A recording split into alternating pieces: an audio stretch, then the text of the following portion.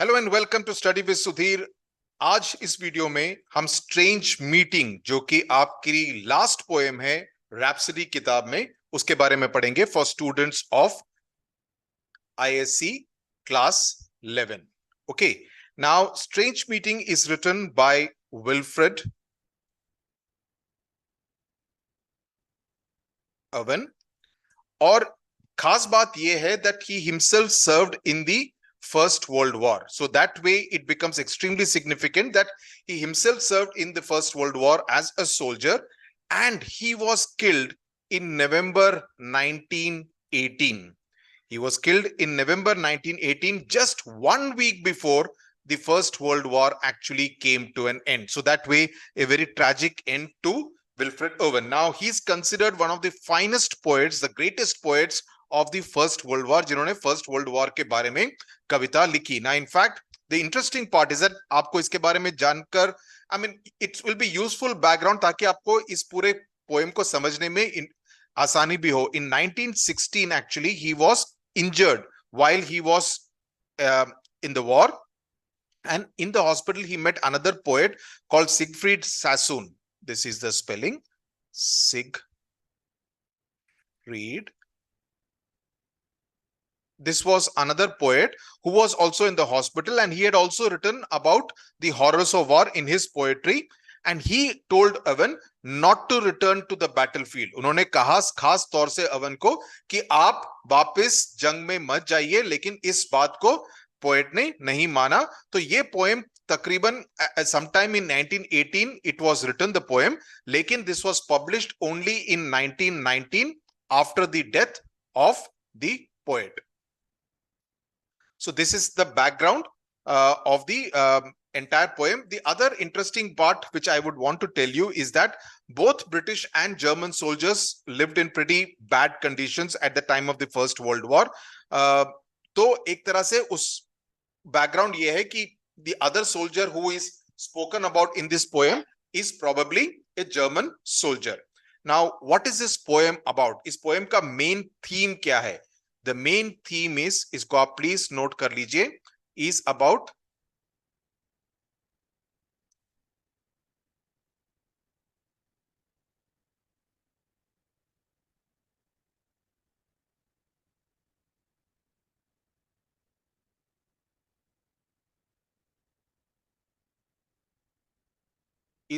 reconciliation. यानी कि दो ऐसे soldiers मिलते हैं, okay, in imagined hell, okay, and there they kind of have a conversation with each other. The interesting thing is that one soldier has killed the other soldier. The second soldier knows this fact that I was killed by this guy, and he has also been subsequently killed, which is why both of us have landed in hell. So in that sense, it is a very dark poem. It is an anti-war poem. So it talks about the horrors of war, that, you know, there is nothing good about war, and that is what is this entire poem all about. So the mood, अगर mood की बात करें कि क्या खुशी का माहौल है, क्या उदासी का माहौल है, basically the mood off the poem, जो शब्द आपको लिखना चाहिए अपने आंसर्स में, वो है pessimistic.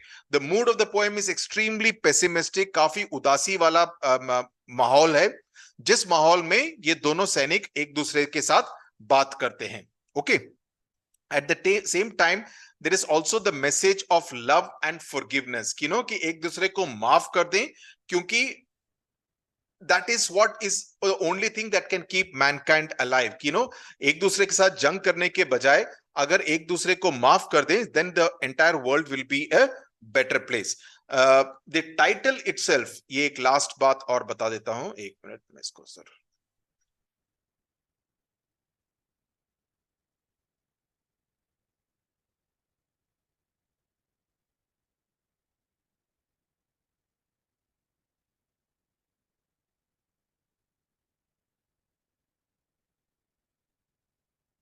The title of the poem is taken from a poem of Shelley. ये आपको जानना जरूरी है, which is called the Revolt of Islam. Okay, so in that sense, the poem is also the title is also making it strange meeting. जैसे ही आप title को पढ़ते हैं आपको पता चल जाता है कि ये जो मीटिंग होने वाली है इसमें कुछ खास तो होने वाला है, क्योंकि इसमें एक एडजेक्टिव का इस्तेमाल किया गया है जो कि है स्ट्रेंज, की बड़ी अजीब सी मीटिंग है, राइट। सो इसमें यह पता चल जाता है कि it will be some kind of a special meeting, it will not be an ordinary meeting, and the entire poem is full of metaphors and symbols. Okay, now let's get started with the entire poem का description. Okay मैं ये थोड़ा मिटा देता हूं ताकि लिखने के लिए, बिकॉज वर्ड मीनिंग्स इसमें काफी इंपॉर्टेंट है जिसके बारे में काफी कुछ समझाने की जरूरत पड़ेगी. Okay. It seemed that out of battle I escaped down some profound dull tunnel long since scooped. Now इसमें मैं वर्ड मीनिंग बताता हूं बिकॉज मेरे ख्याल से किसी और कविता में वर्ड मीनिंग्स का इतना महत्व है जितना कि स्ट्रेंज मीटिंग में है.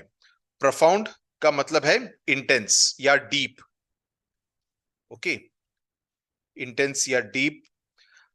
देन डल का मतलब कि इसमें जिसमें कि कोई भी तरह के एक्साइटमेंट ना हो. स्कूप्ड का मतलब something which has been dug out या एक्सकेवेशन की बात हो रही हो, राइट. ग्रेनाइट तो मालूम है, it's a type of rock. And groined का मतलब है formed by the intersection of two walls, formed bye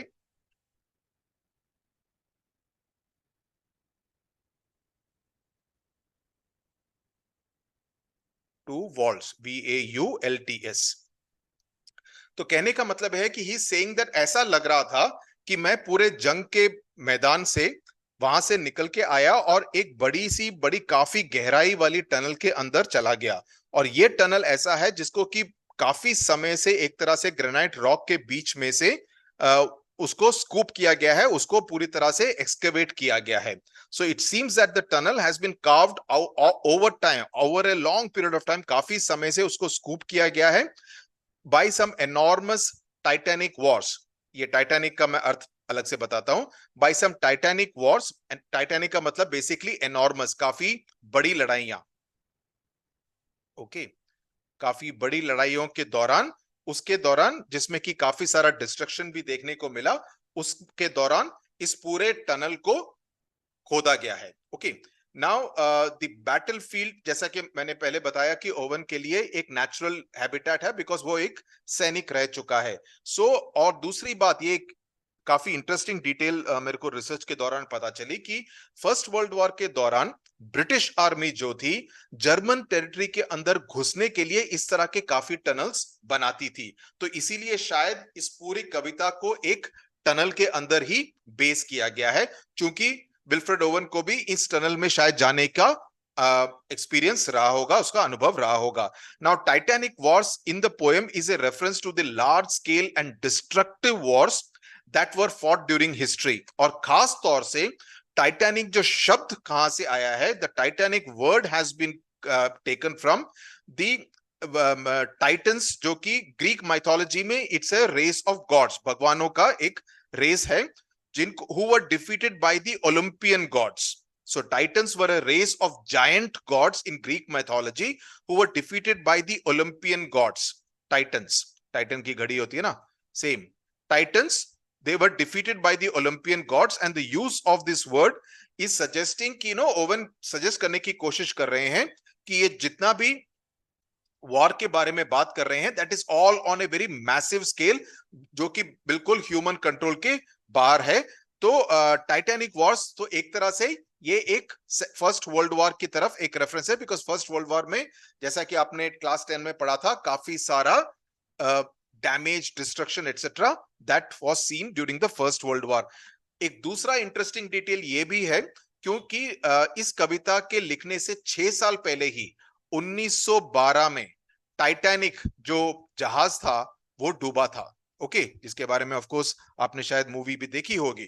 तो कुछ क्रिटिक्स का मानना यह भी है कि ये शायद उसका भी रेफरेंस हो सकता है. सो दो रेफरेंस की बात की जाती है, एक तो टाइटन्स के वॉर्स के बारे में जो कि ज्यादा डायरेक्ट रेफरेंस है, और टाइटैनिक का maybe he used the word also referring to the ship that went down during that time. It's just another view of a critic.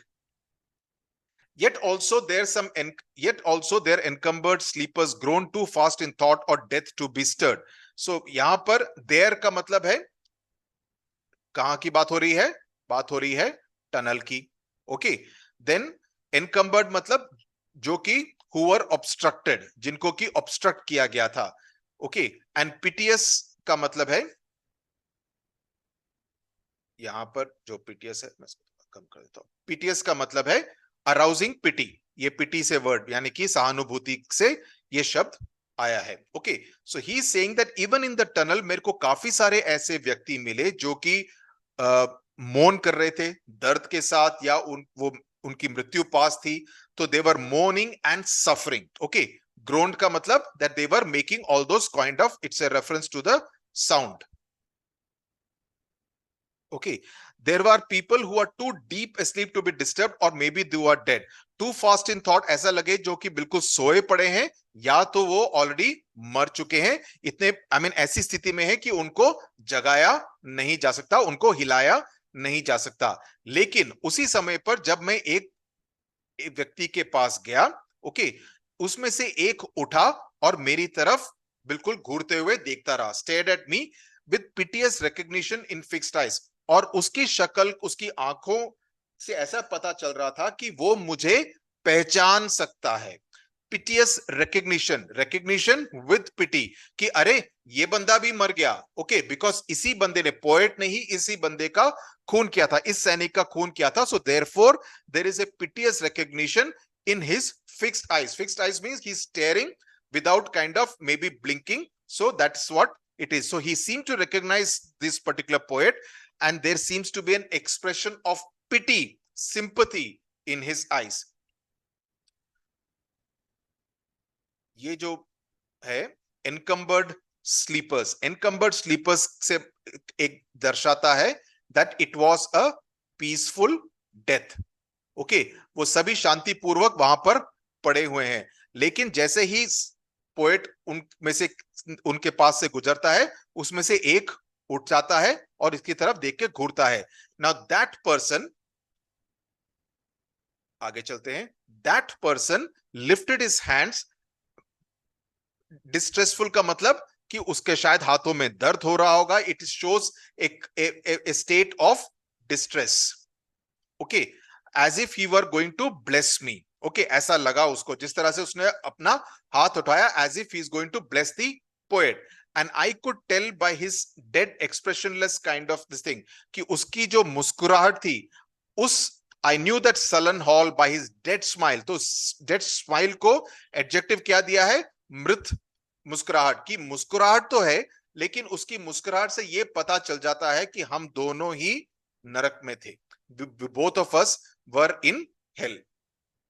So that's what he is conveying, कि उसको पता चल गया, कि उसके मुस्कुराहट से मेरे को इमीडिएटली पता चल गया कि हम दोनों ही नरक में थे। So the first few line से अभी आपको क्या पता चला है? पहले लाइन से आपको यह पता चला है कि एक जो पूरा जो वातावरण है उसको एस्टैब्लिश किया गया है कि स्पीकर की मौत के बाद उसको नरक में जगह मिली है, और ऐसी नरक में जगह मिली है जहां पर उसके एनवायरनमेंट, जो जिस तरह का माहौल देखता है, उससे उसको काफी एक तरह का शॉक हो जाता है, क्योंकि वहां पर कई सारे सैनिक हैं जो कि इधर सो रहे हैं या तो मरे पड़े हैं, राइट, और उनको सोने में भी मुश्किलात आ रही है। आगे चलते हैं। With 1,000 fears that Vision's face was grained, yet no blood reached there from the upper ground. तो विजन नॉर्मली आपको अबाउ बेन एडम याद है? ट्रेजर ट्रोव में जो आपने 10th क्लास में पढ़ा था, उसमें भी एंजल का reference was given as vision. So vision is something used for somebody who is not alive, some kind of a supernatural presence. In this case, it is referring to someone who is dead. Okay, grained का मतलब है etched या engraved. Okay, उसके ऊपर किसी तरह से लिखा हुआ है। तो ही इज सेइंग दैट उस मरे हुए बंदे का की जो शक्ल थी, उसके ऊपर एनग्रेविंग थी 1000 डर की, कि काफी सारा डर था। You could see 1,000 fears on the face of the man who had woken up, who had sprung up. लेकिन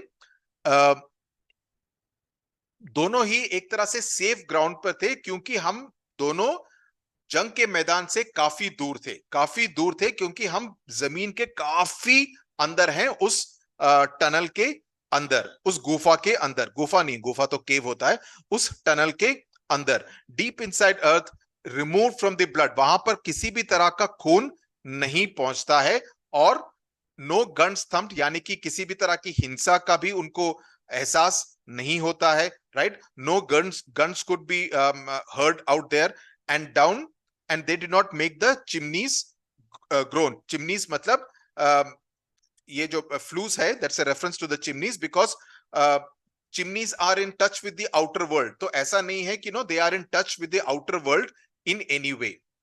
Then he says, strange friend, I said, here is no cause. A strange friend, I said, here is no cause to mourn.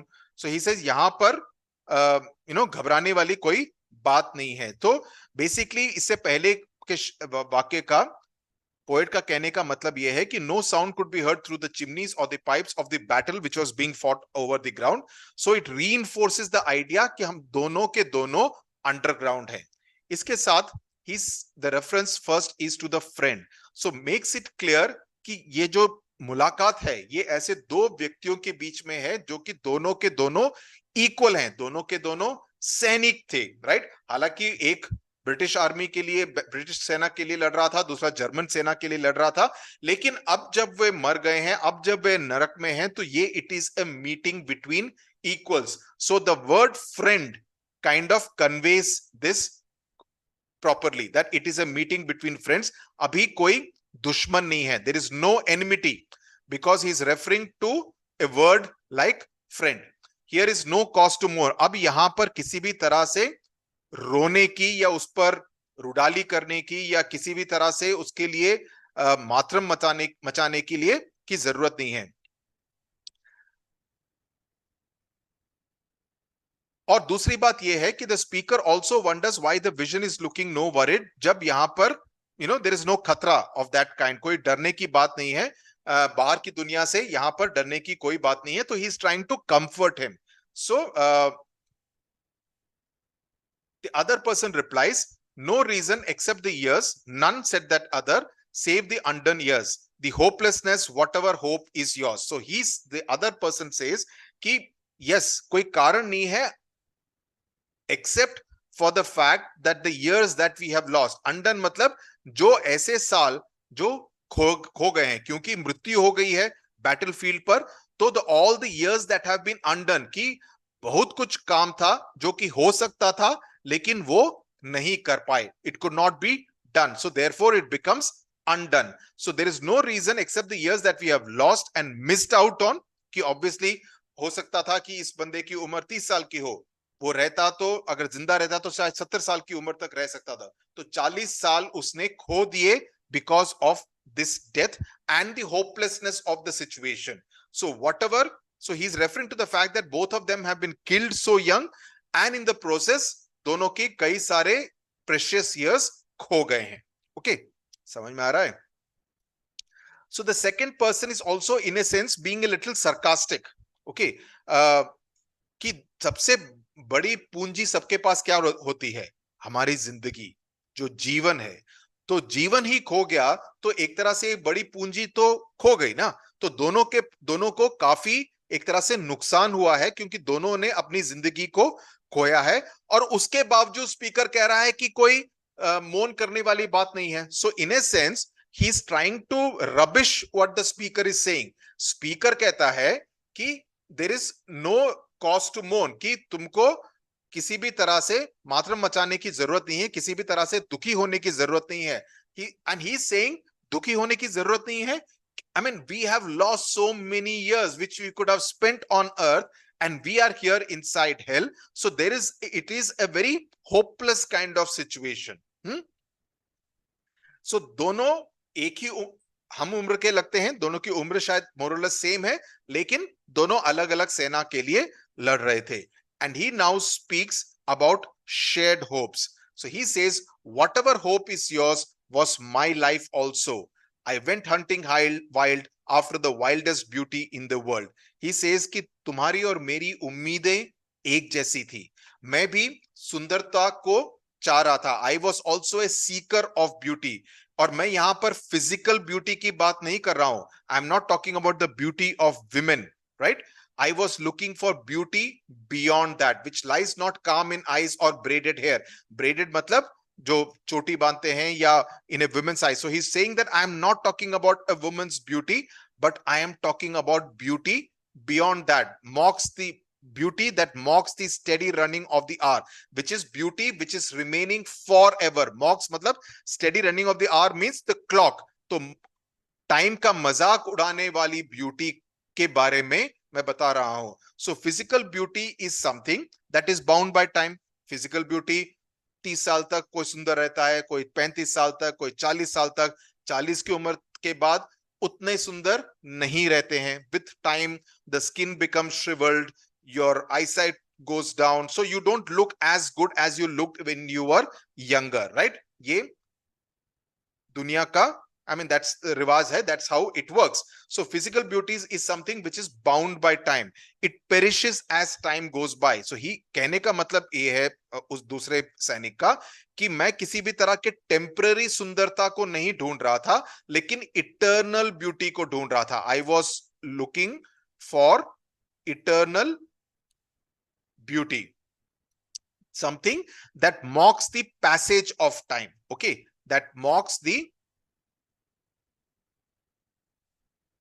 passage of time. So he says, so basically कहने का मतलब यह है सैनिक का कि हम दोनों की जिंदगी में बहुत सारी उम्मीदें थी, हम दोनों यंग मैन थे. We were looking for beauty, which is the essence of life. And then he says, and if it grieves richly here. So, and by my glee might many men have laughed, and of my weeping something had been left which must die now. I mean the truth untold, the pity of war, the pity war distilled. So what he's saying after that is that agar main marta nahi, if I had not died, my happiness might have brought joy to many people. Okay, काफी लोगों को मैं खुशी प्रदान कर सकता था. By my glee might many people have laughed. Okay, even in my sadness I would have left something important for others, but that emotion cannot survive here. मेरे रोने में भी कुछ ना कुछ रह जाता, लेकिन अब उसको सिर्फ यहां पर मरना है, right? So it must die. So the poet means to say that their death in the war has deprived them of the opportunity to bring happiness or tears to many people in the real world. So the phrase यहां पर जो इस्तेमाल किया गया है, the pity of war. The pity of war is a reference to the immense suffering that war causes. कि जंग से किसी को भी फायदा नहीं है, उससे सिर्फ दर्द ही मिलता है, right? So the pity of war is a reference to the immense suffering that war causes. The word pity, a feeling of regret or a feeling of sympathy. Okay. This phrase, the pity war distilled, इसका भी मैं explanation दे देता हूं, थोड़ा सा complicated है, जरा ध्यान से सुनिए.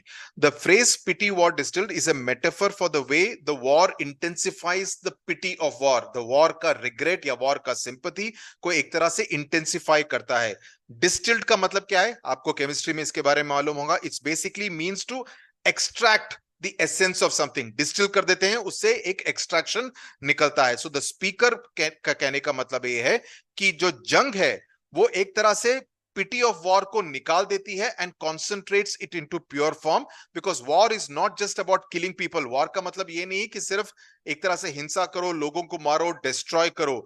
It is also about loss of hope. पूरी तरह से उम्मीद खत्म हो जाती है. लॉस ऑफ पोटेंशियल, की जो भी प्रतिभा हो सकती थी वो पूरी तरह से खत्म हो जाती है. It is also about the loss of humanity. So this is what the pity war distilled का मतलब यह है कि पूरी तरह से एक्सट्रैक्ट करके पूरी तरह से उसको निकाल देता है. It is a loss of hope, it is a loss of potential, it is a loss of humanity. Now men will go content with what we spoiled, or discontent boil bloody and be spilled. So he's saying that I'm talking of the truth that no one talks about, that is the horror of war being some kind of distilled pity. It means that the true nature of war, because of its horrifying character, is something जिस पर की दया आनी चाहिए. Okay, तो पहले वाले lines का थोड़ा और एक्सप्लेनेशन दे देता हूं. So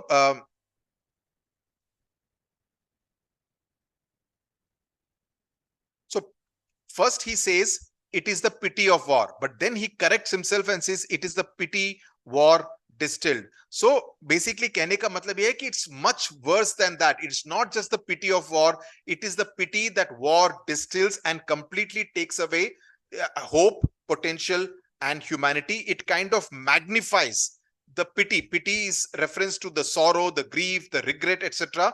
to the maximum extent. He says now the word spoiled का meaning होगा plundered या looted. Okay. Discontent का मतलब है dissatisfaction. Okay. So he says that since I did not get to tell people how terrible war is, मैं बता नहीं पाया बाकी लोगों को कि कितनी खराब है जंग, तो इसीलिए मैंने जब आपको पहली right at the beginning I gave you the context of the other poet जिसका कहना विल्फ्रेड ओवन ने नहीं माना. उसने सलाह दी थी 1916 में कि तुम वापस जंग के मैदान में मत जाओ, लेकिन उसके बावजूद ओवन गया और 1918 नवंबर में उसकी वहां पर मौत हो गई. Right. So he is saying, so it's almost like Sassoon saying that since I did not get to tell people how terrible war is, now men, बाकी लोग जो ऊपर हैं, जिंदा हैं, वो सोचेंगे कि they will be satisfied with the destruction we caused. तो हमारी तरफ से, हमारे हाथों जिस तरह की हिंसा हुई, जिस तरह का डैमेज हुआ, जिस तरह का डिस्ट्रक्शन हुआ, उसको देख के वो संतुष्ट हो जाएंगे. या हो सकता है या तो वो संतुष्ट हो जाएंगे, यहां पे दोनों possibilities he is telling, this is first and this is second. या तो वो संतुष्ट हो जाएंगे कि जो हमने प्लंडर किया, लूट किया, डिस्ट्रॉय किया, या वो असंतुष्ट होंगे and continue to fight and kill each other, boil bloody and be spilled, यानी कि खून खौलेगा और खून छलकेगा भी, यानी कि दूसरों का खून बहेगा भी. दे will be swift with swiftness of the tigers, और वो इतने जल्दबाजी में काम करेंगे, इतने स्विफ्ट होंगे as tigers that they will be eager to fight like tigers. No one will speak out. Okay. No one will speak out. Break ranks मतलब कोई भी अलग बात नहीं करेगा, सभी एक ही बात करेंगे in order to disagree with what their governments do, even though their governments are moving society away from progress. कि कोई भी उल्टा बात नहीं करेगा in order to disagree कि सरकारें उनकी क्या करती हैं. So these lines kind of convey that he's so angry with what the governments did of pushing these soldiers in the army into the battlefield. कि किसी में भी ये दम नहीं होगा कि सरकारों का ऑपोजिशन करे, कि अपोज करे कि तुमने जो किया वो गलत किया और हमको प्रोग्रेस के बजाय हमको जंग के मैदान में धकेल रहे हो और मौत की तरफ धकेल रहे हो. So he says courage was mine. मेरे में धैर्य था, मेरे पास मिस्ट्री थी, मेरे पास बुद्धि भी थी. I had wisdom and I had mastery. Mastery का मतलब एक्सपर्टीज, कि मैं काफी एक्सपर्ट था, लेकिन ये सारी की सारी प्रतिभाएं बिल्कुल काम की नहीं थी, क्योंकि हमारी दुनिया ही पीछे की तरफ मुड़ रही थी. To miss the march of this retreating world. Retreating का मतलब मूविंग बैकवर्ड्स. लेकिन ये सारी गुणों का रहने का फायदा नहीं हुआ, क्योंकि हम एक तरह से पीछे की तरफ मुड़ रहे थे. We were marching backwards.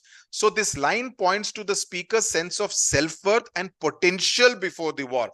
कि जंग शुरू होने से पहले उसको अपने ऊपर कितना कॉन्फिडेंस था, ये इस बात को दर्शाता है. लेकिन जंग की वजह से उसने ये सब खो दिया, उसका काफी उसको दुख है, और इस दुख को वो की बात वो कर रहा है. So the speaker was confident and capable and he felt that he had a lot to do in this world, कि वो बहुत कुछ कर सकता था, लेकिन जंग ने उससे वो मौका छीन लिया. Okay, it is he had courage, he had mystery, he was wise, he also had expertise, लेकिन वो सब निकल के अभी उसके पास सिर्फ डर है और अनसर्टेनिटी है, क्योंकि उसकी मौत हो चुकी है. So therefore there is a loss of purpose. सो इसे एक तरह से ये एक फ्रेज का आप इस्तेमाल कीजिए आंसर्स में. It kind of talks about the human cost of war, कि इसमें लोगों को किस तरह की भरपाई करनी पड़ती है. You know the cost they have to pay because the government's decided to go to war. Vain citadels, इसका अर्थ क्या है? It is a metaphor for the countries that the soldiers fought for. कि ब्रिटेन के लिए जंग लड़े, Germany की तरफ से जंग लड़े। Okay, the word when, when का मतलब यूजलेस, कि कोई फायदा नहीं हुआ, it is useless, it is futile. Okay, it is बिल्कुल जंग बिल्कुल बेकार का काम था। The speaker is saying that the countries that the soldiers fought for were not worth fighting for. So he's going against the country. एक तरह से पूरा रहता है ना कि हमारी mother earth, our country, and all that kind of thing. But he's saying that the governments that pushed us to war were not worth it at all.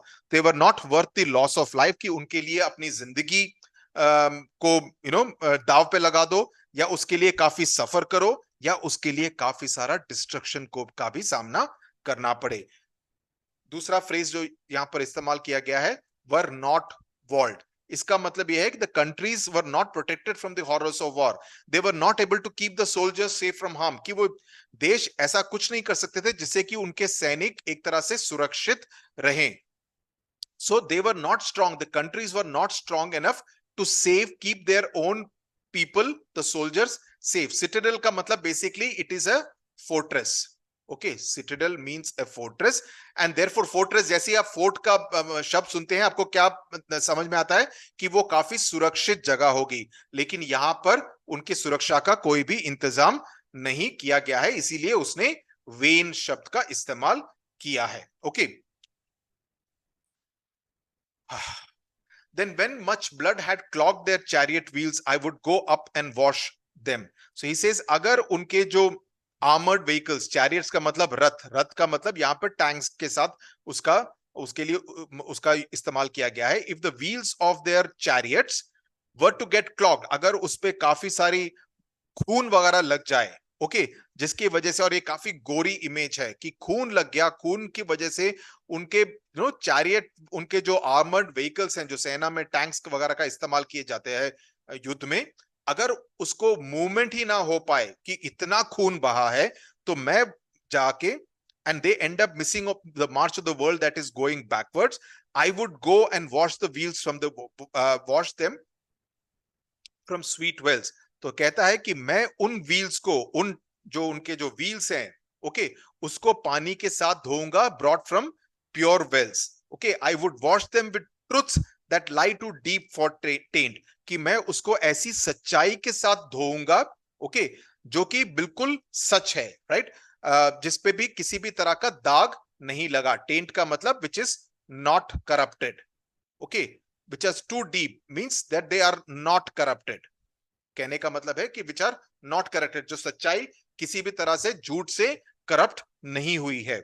लेकिन मैं किसी भी तरह से दूसरों को घाव नहीं पहुंचाऊंगा। I would not take any more part in the horrible war. तो कहता है कि मैं बेसिकली, कहने का मतलब है कि मैं इस वॉर में और भाग नहीं लेना चाहता, क्योंकि युद्ध की वजह से लोगों ने, सैनिकों ने काफी सारा मेंटल ट्रॉमा और इमोशनल ट्रॉमा सहा है, जो कि दूसरे लोगों को दिखता नहीं है। Not through wounds, not on the sense of war, foreheads foreheads of men have bled where no wounds were, कि यहां से खून तो निकलता है, लेकिन ऐसे कई सारे घाव हैं जो कि दिखते नहीं है, which is the emotional wounds, the emotional trauma. Okay, it is a very complex poem. Okay, don't be under any impression कि बहुत आसान poem है. It's a very complex poem. This one, The Death of a Naturalist, Sonnet 116, these are extremely complex poem which are very layered, जो कि काफी सारे layers पे operate करते हैं. So it's also, it's not like, इस sentence का ये अर्थ है. He's saying 2, 3, 4 things at the same time, which is why it becomes very difficult to explain it in a simple linear manner. Then he says, wash from the sweet wells. ये also एक तरह से biblical reference भी है. कहाँ गया? Yeah, wash from the sweet wells जो है, ये एक तरह से बाइबल में भी इसका एक रेफरेंस है. So it is also a biblical kind of reference. जो ही मैंने बोला ना, काफी सारे अर्थ निकलते हैं. जहां पर water is a symbol of the Holy Spirit. So the soldier is saying that he will wash the blood clogged wheels with pure and emotional truth. Okay, so and thereafter he goes on to say that जो घाव soldiers के ऊपर हैं, वो सिर्फ physical घाव नहीं है, but psychological और emotional घाव भी हैं. And उसके बाद so basically the second soldier का कहने का मतलब यह है that this is the truth untold, the pity of war, the pity war unstilled. So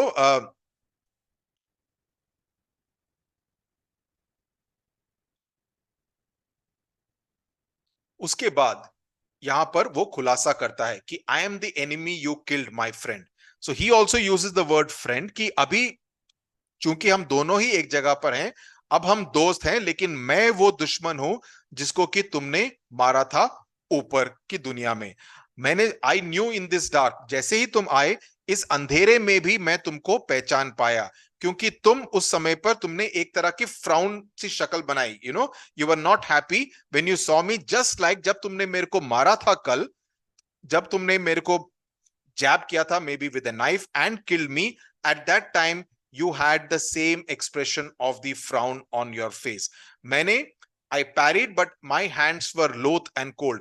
मैंने कोशिश की कि मैं बच पाऊं in order to fend you off. Parried का मतलब to fend you off, कि मैं बच पाऊं, तुमको एक तरह से धक्का दूं या कैसे भी तरह किसी भी तरह से मैं तुमसे बच पाऊं, लेकिन मेरे हाथ जो थे वो काफी वीक थे. लोथ का मतलब दे वर वेरी, काफी कमजोर थे और काफी ठंडे थे, वेरी क्लमजी थे, देवर क्लमजी. कोल्ड का मतलब क्लमजी, लोथ का मतलब वीक. और अब कहता है लेट अस स्लीप नाउ, क्योंकि हम दोनों एक जगह पर हैं, दोनों की मौत हो चुकी है. So let us sleep now. So there is, what does it give you? It gives you a sense of closure, कि अब यहां पर हम सब एक जैसे हैं. It's almost to say that, मैंने माफ कर दिया kind of a thing. And this whole thing, or let us sleep now, it is a contrast to the world of violence and bloodshed in the other world, right? It is also a request for peace and आराम, rest करने के लिए, क्योंकि दूसरी दुनिया में काफी सारा इमोशनल ट्रॉमा से वो गुजर चुके हैं, फिजिकल भी, इमोशनल भी, और पूरी तरह से थक गए हैं. तो उसका कहने का मतलब यह है कि अब हम यहां पर सो जाते हैं और आराम करते हैं, and forget about the horrors of war. It is also can be seen as a metaphor for death, कि दोनों के दोनों मर चुके हैं, so they are finally at peace. तीसरा एक और मीनिंग है कि it is a call for unity. Let us sleep now. इस्तेमाल किया गया है let me sleep now नहीं, let us sleep now, हम दोनों ही सो जाते हैं. So it is a reference to unity, कि हम दोनों एक जैसे ही हैं, कि हम पहले दुश्मन थे लेकिन अब हम दोस्त हैं, राइट? हम दोनों ने एक ही जंग में भाग लिया है, दोनों की मौत हो चुकी है, तो दुश्मनी से अभी हम दोस्त बन सके हैं. तो basically the realisation is that war is hell. अभी वो नरक में है, लेकिन जो ऊपर में जो जंग लड़ी थी वो भी एक नरक से कम नहीं थी. They are now united in their suffering and they can now sleep peacefully together. तो that was the poem strange meeting. I hope आपको समझ में आ गई होगी. As I said, it is a complex poem जिसको कि आपको काफी बारी पढ़ना पड़ेगा ताकि आपको हर सेंटेंस एंड पूरा थीम्स वगैरह पूरी तरह से समझ में आ जाए. You can prepare the answers, question and answers accordingly. The theme, the anti-war theme, and किस तरह से the personality of the other soldier वगैरह के बारे में आप प्रश्नों के उत्तर प्रिपेयर कर सकते हैं. Okay, thank you very much. Tata, bye bye.